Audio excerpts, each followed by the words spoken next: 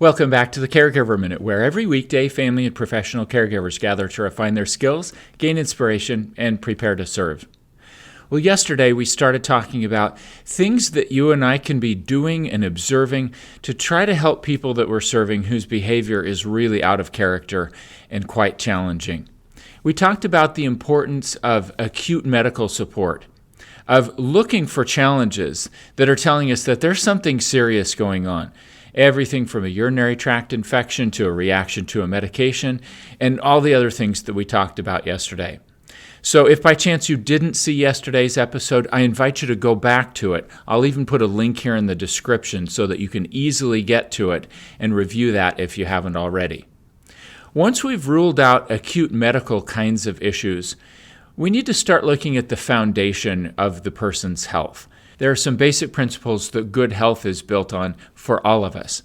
These are things that we've talked about many times on the Caregiver Minute, like diet and sleep and managing stress and being thoughtful about how we use alcohol and giving our brain new experiences and dental health.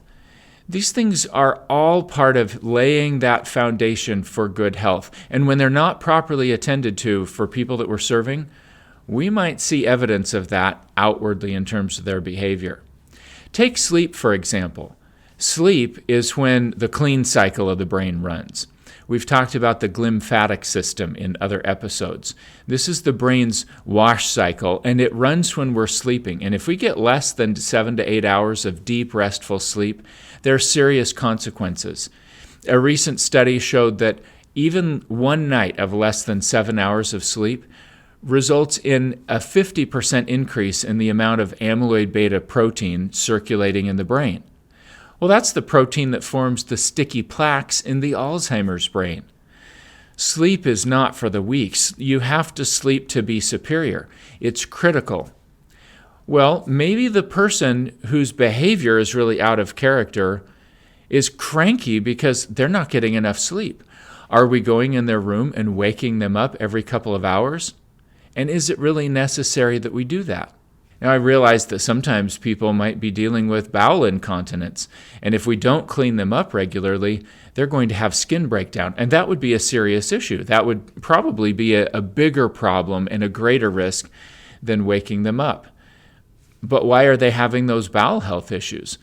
Are they taking medication to try to deal with their behavior, and it's provoking gut dysfunction, and now they're having chronic diarrhea, and it's causing us to wake them up at night?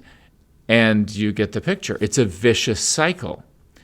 Once we start looking at the foundational things and asking more questions and saying, is there more that we could do here?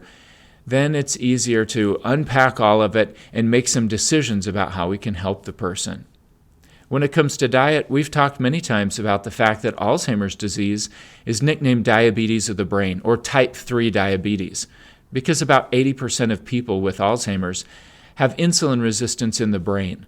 Their brain doesn't respond very well to insulin signaling. The consequence of that is that people crave sugar.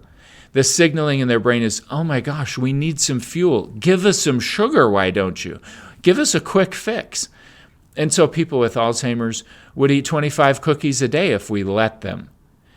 And yet, their body can't use that sugar very well. Their bloodstream is full of sugar, but if they don't respond to the insulin signaling as well as they should, then the body cannot get that fuel into the cell to make energy. So they're overfed and undernourished. For most people with Alzheimer's disease, we're going to get further if we focus on giving them healthy fats like avocado and olives and extra virgin olive oil. They'll do better eating scrambled eggs for breakfast than eating a plate of pancakes in most cases.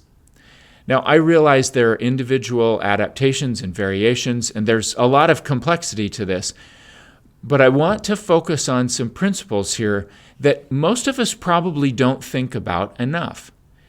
If you give someone who's having a massive inflammatory response a lot of carbohydrates, that is adding fuel to the fire. You're creating more inflammation for that person. And when the brain is inflamed, you see it outwardly in terms of behavior. When we can start thinking that way and start picking it apart in terms of foundational science that affect how the body works, then it's easier to make some decisions about behavior and how we can influence it in positive ways by focusing on that good foundation. So to this point, we've talked about ruling out acute medical problems and then focusing on foundational principles. Are we managing diet really well? Are we helping the person sleep? Have we ruled out dental health problems? That can cause a ton of inflammation in the brain. Are we giving the person enough socialization? Are we doing things that reduce stress, or are we provoking a lot of stress? So today, I invite you to consider these foundational principles that I've mentioned in light of the person or people you're serving.